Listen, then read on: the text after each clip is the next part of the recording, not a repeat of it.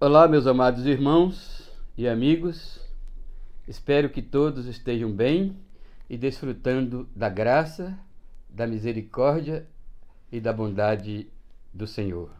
Como diz Pedro na sua epístola primeira, eu quero ler do capítulo 1, o versículo 13. Por isso, cingindo o vosso entendimento, sede sóbrios e esperai inteiramente na graça que vos está sendo trazida na revelação de Jesus Cristo. A mensagem de hoje é sobre o capítulo 25 de Isaías. Dividi em duas partes. A primeira parte, que vai do versículo 1 até o versículo 5, diz sobre os motivos para os justos exaltarem e louvarem a Deus. Louvamos a Deus pelos seus grandiosos feitos no passado, pelo que Ele está fazendo no presente e pelo que Ele fará no futuro. E Isaías dá esse exemplo, pois ele, conhecendo a Deus e mantendo sua comunhão com Ele, como fiel representante da aliança de Deus com o seu povo, universalmente e de todos os tempos, ele abre o seu coração em louvor a Deus pela fidelidade em cumprir seu plano, seus propósitos e suas promessas.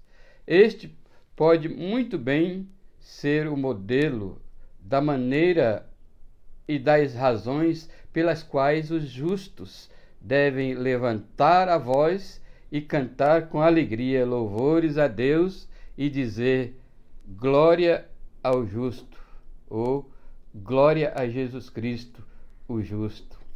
Aqui Isaías se dirige a Deus conforme sua intimidade com Ele e diz: exaltar-te-ei a ti, louvarei o teu nome.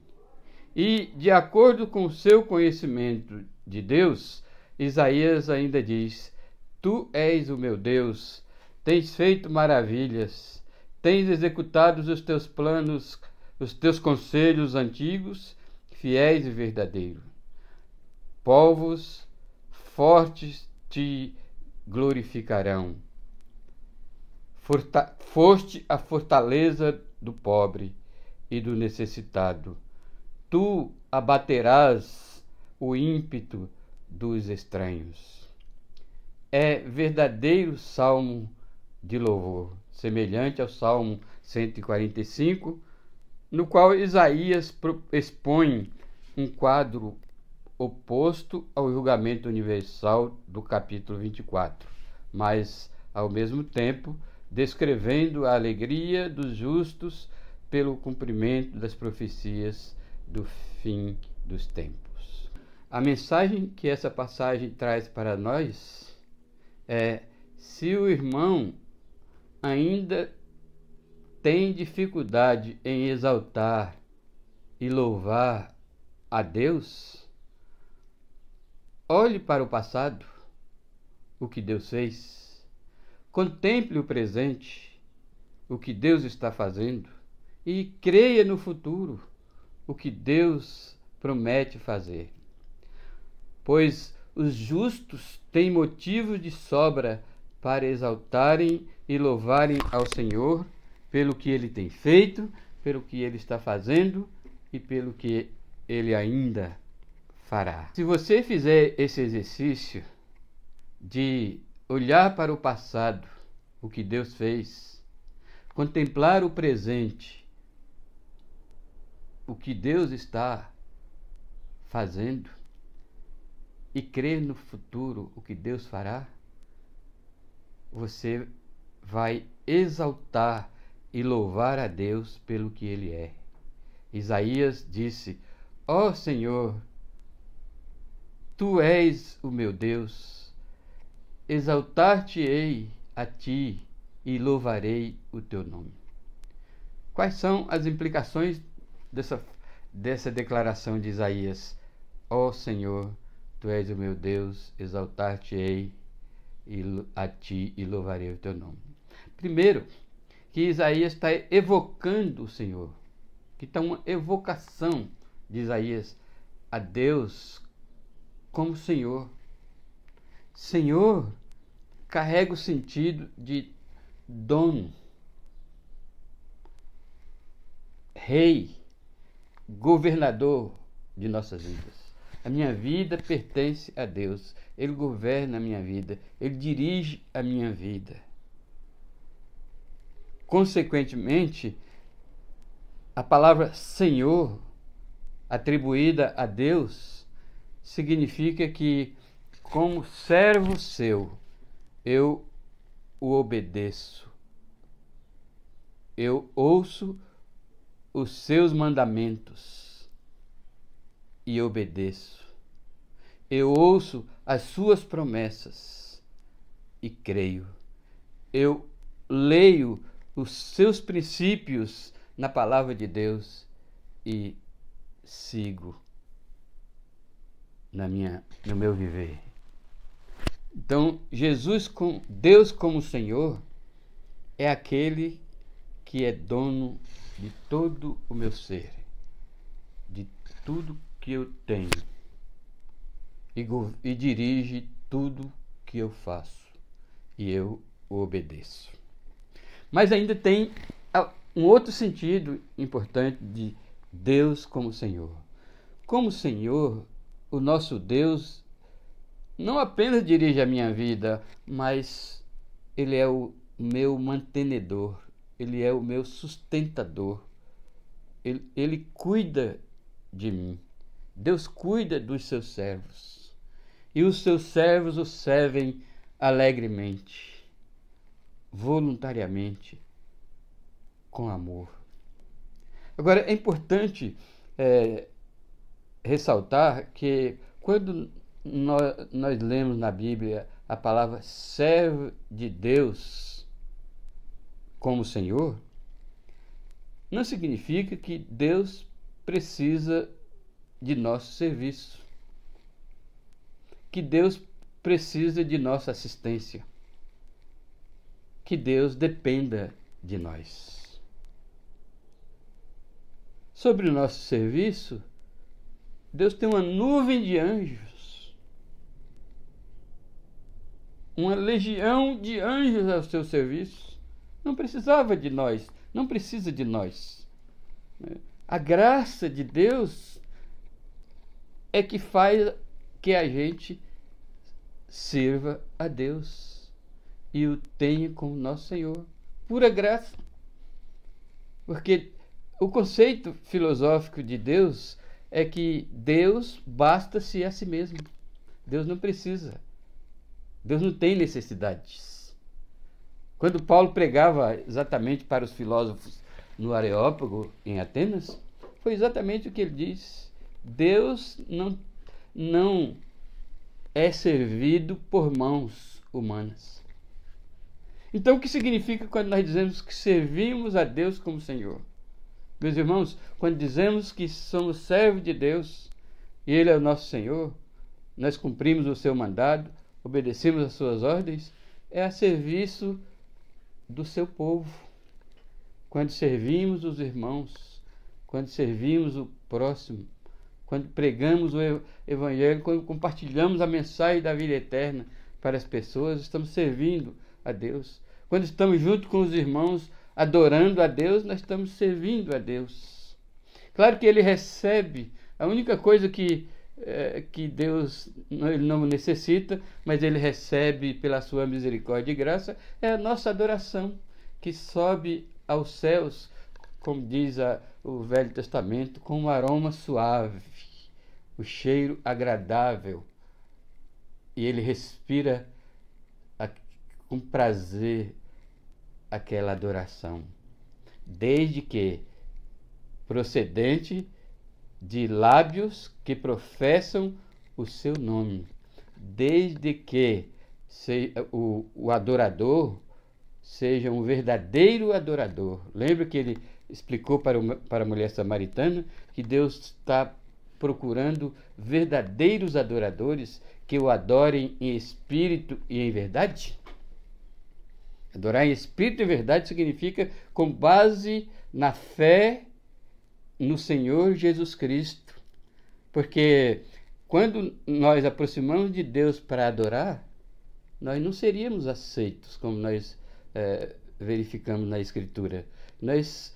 Porque as nossas mãos estão manchadas com os nossos pecados. Nós só somos aceitos porque adoramos a Deus em espírito e em verdade. Esse dispositivo é o poder da graça revelada através de Jesus Cristo. Então, em nome de Jesus, nós chegamos à presença de Deus e o adoramos, porque Ele é Senhor.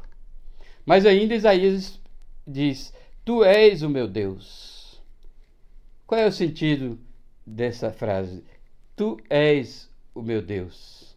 De acordo com o contexto geral da Escritura, fazer essa declaração, Tu és o meu Deus, primeiramente diz que você reconhece o Criador do céu e da terra como o único Deus. Deus, meus irmãos, é o Deus de todo o universo. Deus é o Deus de todos os habitantes do céu.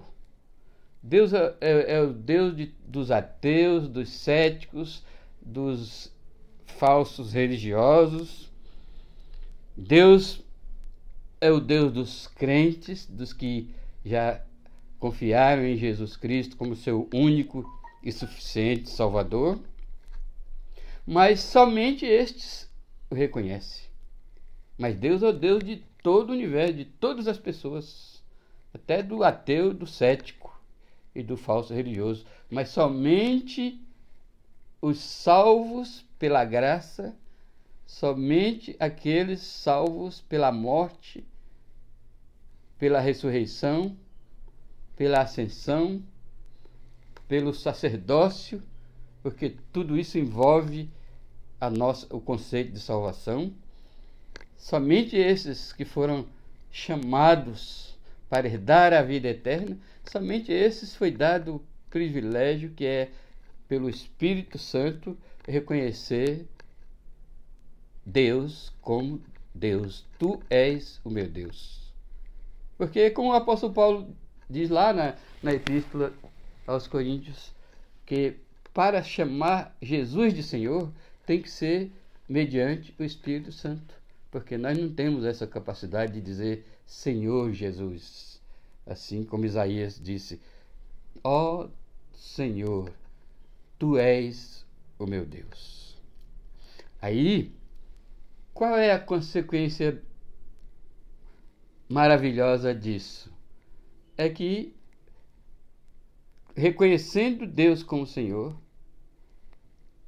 tendo o Senhor como seu Deus, você abre a boca em louvor e adoração a Deus.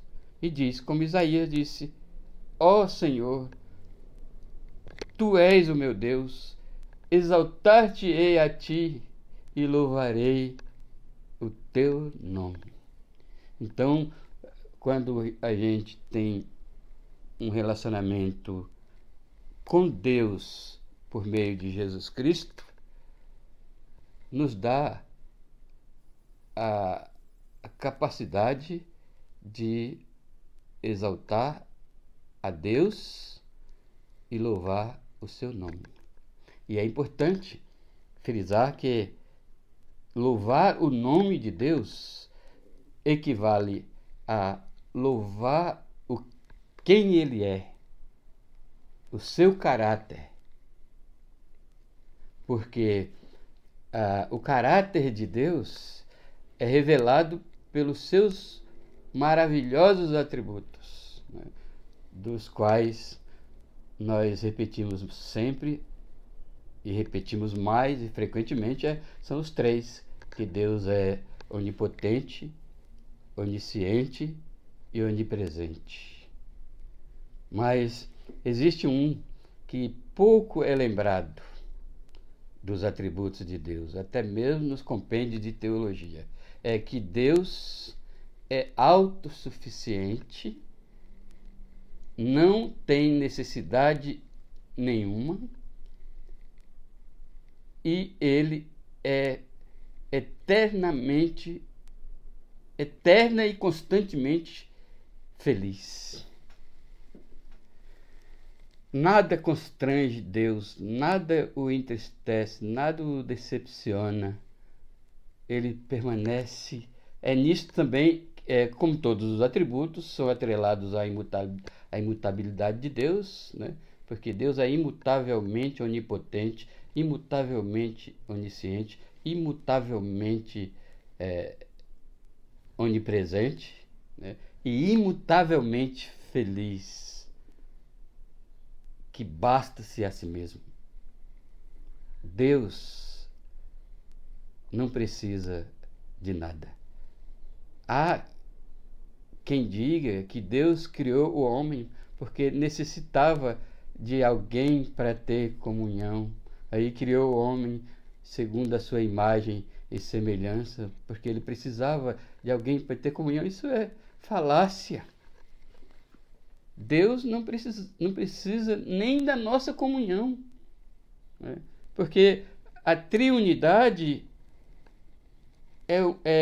ela vive uma unidade de comunhão constante. Deus nunca precisou de alguém para ter comunhão, porque lá na triunidade o Pai, o Filho e o Espírito Santo têm perfeita comunhão, né? No sentido mais profundo e significativo da palavra koinonia, comunhão, né? Mas por que Deus nos criou assim como criou todas as coisas? Nos criou para a sua glória. E o objetivo primordial de Deus ter nos criado, assim como toda a criação, é para a sua glória, para o seu louvor, né? Mesmo quando a criatura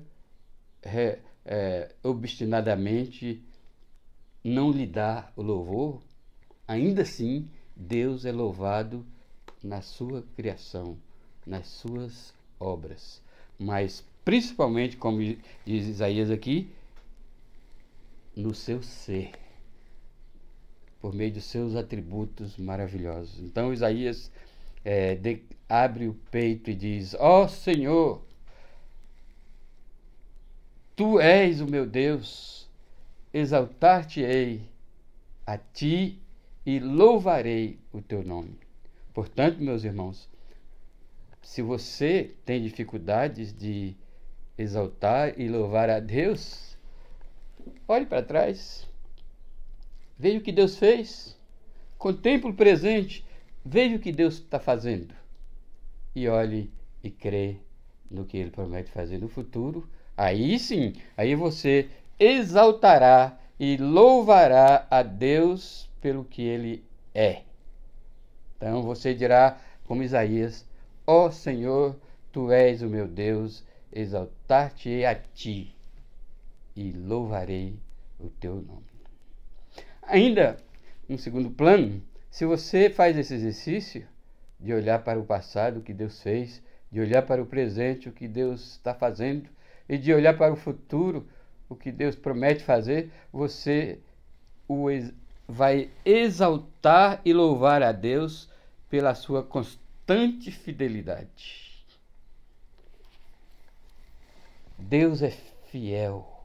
Deus será sempre fiel, eterna e constantemente. Deus é fiel. E Isaías diz: porque tens feito maravilhas, tens executado os teus conselhos antigos. Veja só o que Isaías diz sobre a fidelidade de Deus. Porque tens feito maravilhas, porque tens executado os teus conselhos antigos. É interessante que o tempo do verbo diz da fidelidade de Deus. O verbo aqui, como em qualquer língua, no pretérito perfeito composto, diz de algo que foi feito no passado, que tem efeito no presente e no futuro. Isso fala da eterna fidelidade de nosso Deus. Você exaltará e louvará a Deus pela sua constante fidelidade. Ele é constantemente fiel. Tens feito maravilhas. Tens executado os teus conselhos antigos. Agora, veja bem por que é importante exaltar a Deus pela sua fidelidade. Porque Ele não somente tem feito maravilhas, mas tem executado os seus planos eternos, seus conselhos antigos. Aqui o sentido é que Deus, na eternidade, antes de criar o universo, fez um plano. Plano que no estudo teológico significa predestinação. Deus fez um plano eterno e ele segue fielmente esse plano que ele fez. Foi o que Jó declarou: bem sei que tudo podes, e nenhum dos teus planos pode ser frustrado. Isso Jó disse quando ele acordou um pouco das suas aflições e foi despertado para enxergar quem é Deus. Exatamente quando ele disse: eu te conhecia somente de ouvir falar, mas agora os meus olhos te veem. Quando ele conheceu Deus, ele percebeu também que Deus é fiel em executar os seus planos, o seu plano eterno, os seus decretos, e ninguém pode frustrar os seus planos. Pois assim, meus irmãos, quero enfatizar o verbo usado aqui na língua portuguesa, pelo menos, é que Deus tem feito maravilhas, que Deus tem executado os seus planos antigos. Ou seja, o verbo está no pretérito perfeito composto, que indica, mais uma vez quero afirmar, que algo feito no passado com efeito no presente e no futuro. Ou seja, Deus é fiel. Deus é fiel tendo feito as coisas no passado, estando fazendo as coisas no presente e fará no futuro. Por isso que a mensagem é: se você tem dificuldade de exaltar a Deus, meu irmão, é só olhar para o passado, procurar pelo Espírito Santo enxergar nas Escrituras o que Deus fez e contemplar o presente, iluminado pelo Espírito Santo, também na Escritura e na sua vida diária, o que Deus está fazendo na sua vida diária e na história da humanidade. O que Deus está fazendo e o que Ele promete ainda fazer. Aí você exaltará e louvará a Deus pela sua constante e eterna felicidade. Mas se você continuar fazendo esse exercício de olhar para trás, contemplar o presente e crer no futuro, em terceiro lugar, você vai exaltar e louvar a Deus pelo que Ele fez. Nós exaltamos e louvamos a Deus pelo que Ele é. Nós exaltamos a Deus e o louvamos pela sua fidelidade. Mas também nós exaltamos a Deus e louvamos o seu nome pelo que Ele fez.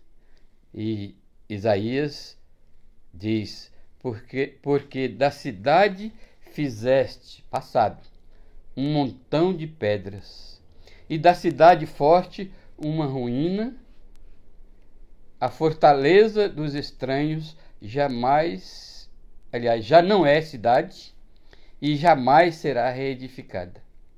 Então, isso aqui é o resumo de uma história do povo, do livramento de Deus para com o povo de Israel. A cidade Israel sempre foi um povo atacado, um povo odiado. E as nações vizinhas se divertiam em atacar Israel. Provavelmente instigado por Satanás, porque Deus tinha um plano para Israel. Porque de Israel viria as bênçãos para todas as nações. Lá em Gênesis 12 nós lemos que Deus dizendo: em ti será bendito todas as nações, todas as famílias da terra, através do descendente de Abraão, Jesus Cristo. Então as nações tinham vontade de exterminar com Israel, acabar com Israel. E até hoje, meus irmãos, se não fosse o plano que Deus tem para Israel, Israel já tinha sido extinto da face da terra. Porque as nações de antigamente, as vizinhas, sempre as vizinhanças, tinha ódio de Israel e atacava Israel. Mas Deus tinha um plano para Israel.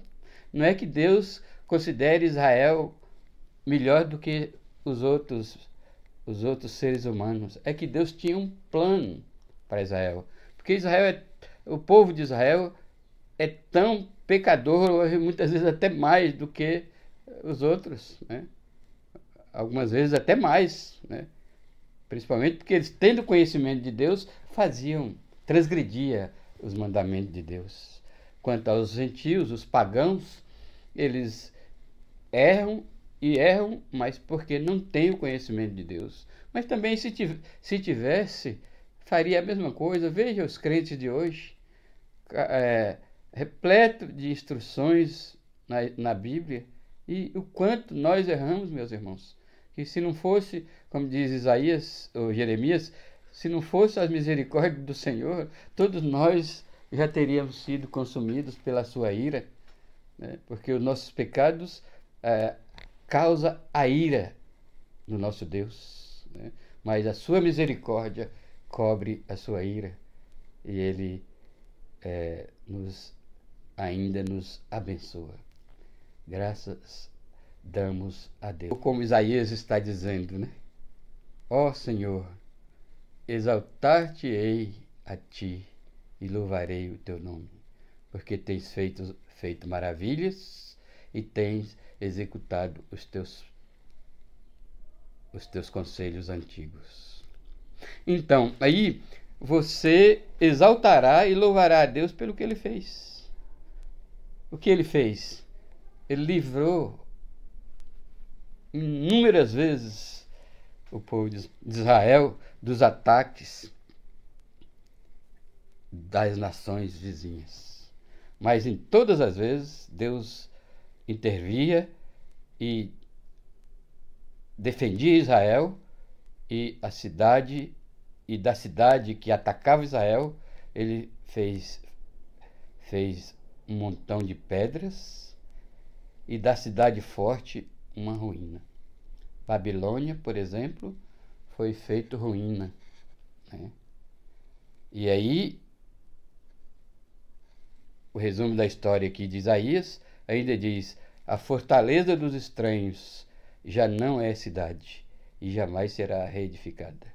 Algumas cidades destruídas por Deus na antiguidade, nos tempos de Isaías principalmente, não foram mais reedificadas, como, por exemplo, Babilônia. Então, se meditarmos no passado, no que Deus fez, se olharmos para o presente, o que Deus está fazendo, e crermos nas promessas no que Deus fará no futuro, nós vamos exaltar a Deus, vamos louvar o seu nome pelo que ele fez. E, finalmente, você exaltará e louvará a Deus pelas suas promessas. Porque, ao mesmo tempo que temos essa visão do passado, do presente e do futuro com relação ao que Deus faz e fará, nós o louvaremos e o exaltaremos pelo que ele é, nós o exaltaremos e o louvaremos pela sua constante fidelidade, nós o exaltaremos e o louvaremos pelo que ele fez, mas também o louvaremos e exaltaremos a Deus pelas suas promessas. Pode ser uma promessa remota, uma promessa ainda distante para se cumprir. Nós louvamos a Deus, porque nós cremos que Ele que fez, que está fazendo, certamente fará. Ele cumprirá a sua promessa, por isso nós o exaltamos e o louvamos. Aí Isaías diz: pelo que povos fortes te glorificarão, e a cidade das nações opressoras te temerá. É difícil crer nisso, não é? Ou não?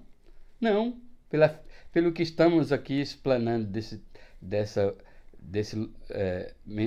explosão de louvor de Isaías, no futuro escatológico, segundo o Novo Testamento, quando Jesus vier, aquelas nações vizinhas, principalmente, todas as nações fortes, que destruía tudo que vinha pela frente, aquelas nações arrogantes, petulantes, autossuficientes, pagãs, idólatras, rebeldes contra Deus, que até desafiava a Deus, como no caso de Senaqueribe, o rei da Síria, afrontava Deus perante o rei Ezequias. Quem é o seu Deus? Nenhum Deus das nações conseguiu, que nós destruímos, conseguiu livrá-las. Não será o seu Deus, Ezequias, que vos livrará das nossas mãos. Ele desafiava Deus. Mas olha, no futuro, essas mesmas nações, olha, povos fortes te glorificarão. Essas mesmas nações no futuro, as nações de hoje autossuficientes, as nações rebeldes, as nações incrédulas, as nações materialistas. Naquele dia, quando Jesus vier, Deus vai abrir os seus olhos para enxergar a grandeza de Deus, a majestade de Deus, o poder de Deus, o amor de Deus, a graça de Deus, e povos fortes glorificarão a Deus, e a cidade das nações opressoras que oprimiam os povos no tempo de Isaías, que oprimiam Israel principalmente, agora não. Essas nações opressoras estão temendo a Deus. As cidades das nações opressoras te temerá, diz Isaías. Então, nessa promessa que ainda é remota, está muito distante de cumprir, nós cremos no futuro por causa do que Deus está fazendo, do que Deus fez. Isso dá base para crermos no que Ele fará. Por isso, nós podemos explodir em louvor a Deus e dizer: ó Senhor, Tu és o meu Deus, exaltar-te-ei a ti e louvarei o teu nome, assim como Isaías fez. Porque cremos que aquele que fez, está fazendo, fará certamente. Mas esse louvor, esse espírito de gratidão, essa ação de graça, é que pelas promessas de Deus, mesmo que seja remota, mas é sempre baseada no que Deus fez.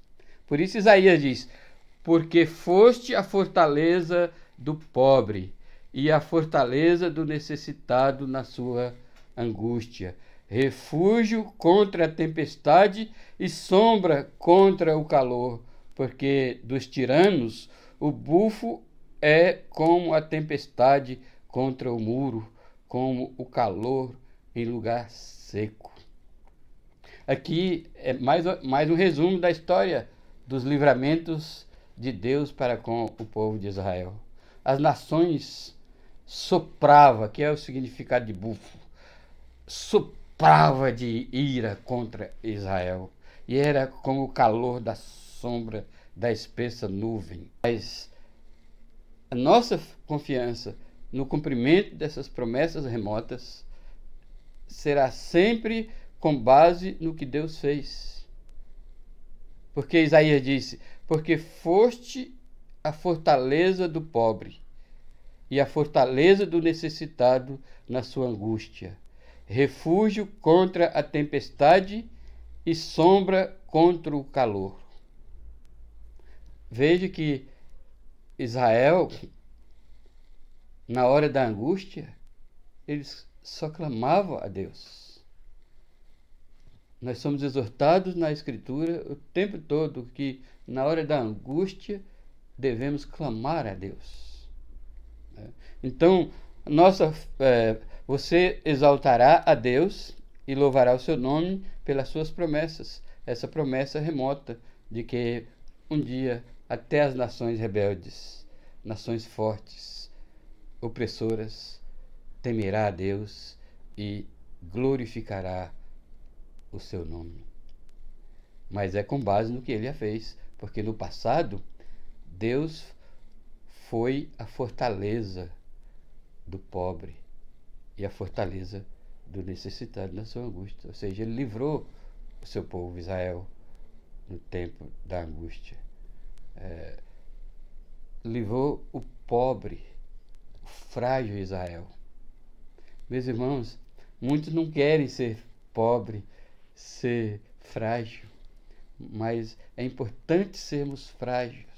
É importante sermos frágeis, porque Paulo disse: o poder de Deus se aperfeiçoa na fraqueza. E não tem problema a gente ser frágil, ser fraco, ser pobre, porque Deus é a fortaleza do pobre, a fortaleza dos necessitados quando estão na angústia. Deus vem e nos conforta, Deus vem e supre as nossas necessidades, Deus vem e nos protege, Deus vem e nos consola. É assim, por isso que nós, nessa pandemia, não há motivo para o crente apavorar. Porque Deus, que foi a fortaleza do pobre no passado, que foi a fortaleza do necessitado na angústia, na sua angústia no passado, é também a fortaleza, a nossa fortaleza hoje.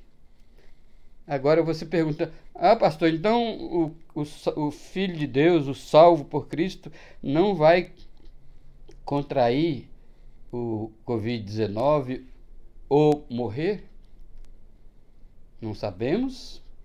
É possível que seja a vontade de Deus chamar 1, 2 ou 3, alguns dos seus servos para junto de si na glória. Por isso nós não temos pavor, porque confiamos nas promessas de Deus. Ele prometeu, Jesus disse: quem crê em mim tem a vida eterna. Em verdade vos digo, quem ouve a minha palavra e crê naquele que me enviou tem a vida eterna. Não entrará em juízo, condenação, mas passou da morte para a vida. E uma vez ele disse: não se turbe o vosso coração. Credes em Deus? Crede também em mim. Na casa de meu pai há muitas moradas. Se assim não fora, eu vou-lhe teria dito.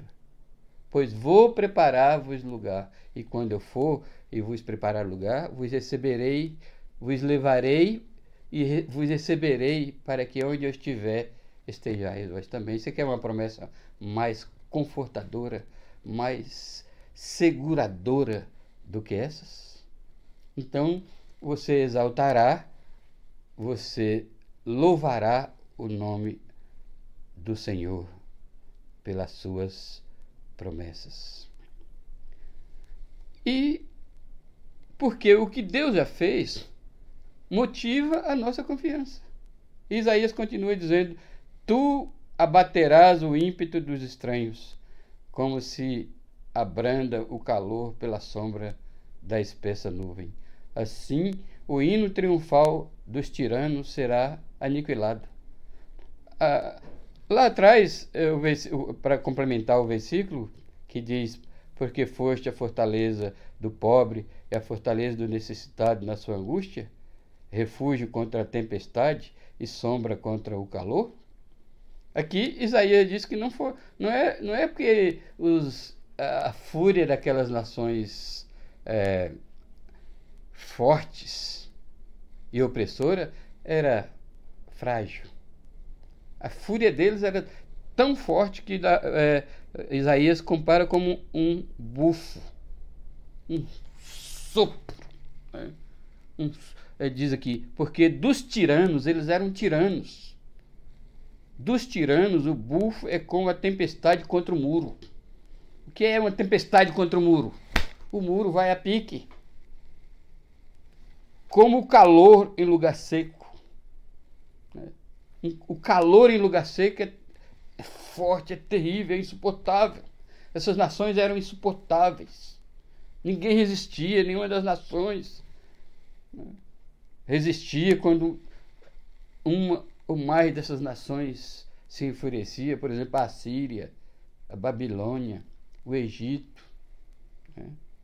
nações fortes. Então era como um forte sopro sobre a frágil Israel. Mas Isaías diz: tu abaterás o ímpeto, a força, a vontade severa, a vontade cruel desse povo estranho, como se abranda o calor pela sombra da espessa nuvem. Assim, o hino triunfal dos tiranos será aniquilado. O mal, o diabo, jamais triunfará sobre os filhos de Deus, sobre os salvos. O hino deles será abafado, o hino triunfal deles será aniquilado. Uma vez Jesus disse: edificarei a minha igreja e as portas do inferno não prevalecerão contra ela. Porque a igreja avança com todo o poder de Jesus, com todo o poder do Evangelho de Jesus Cristo, derrubando as portas do inferno. E elas não prevalecerão, elas tombarão. Aguarde. Essa é uma promessa remota. Aguardem. Assim como as nações fortes louvarão e exaltarão a Deus e temerão a Deus, assim as portas do inferno serão derrubadas, postas para dentro pelo poder de Deus. Aí, sobre essas promessas, nós nos alegramos. E você exaltará e louvará a Deus pelas suas promessas. Para encerrar, algumas considerações finais. Um dos grandes sinais de verdadeira conversão de um indivíduo é a sua disposição de exaltar e louvar a Deus. Uma pessoa salva por Cristo está plenamente consciente de que tudo de bom, como Tiago diz, toda dádiva, todo dom perfeito é lá do alto, o salvo sabe conscientemente que tudo de bom provém de Deus. Além disso, ele sabe que, como tudo que foi criado, ele foi criado para louvor da glória de Deus. Portanto, sabe que deve glorificar a Deus em sua vida com todo o seu ser, com toda a sua força, com tudo que tem e principalmente com a sua voz, cantando sempre louvor a Deus, como já temos lido lá no capítulo 24, versículo 14, onde Isaías diz também uma promessa para o futuro: eles levantam a voz e cantam com alegria por causa da glória do Senhor. Amém?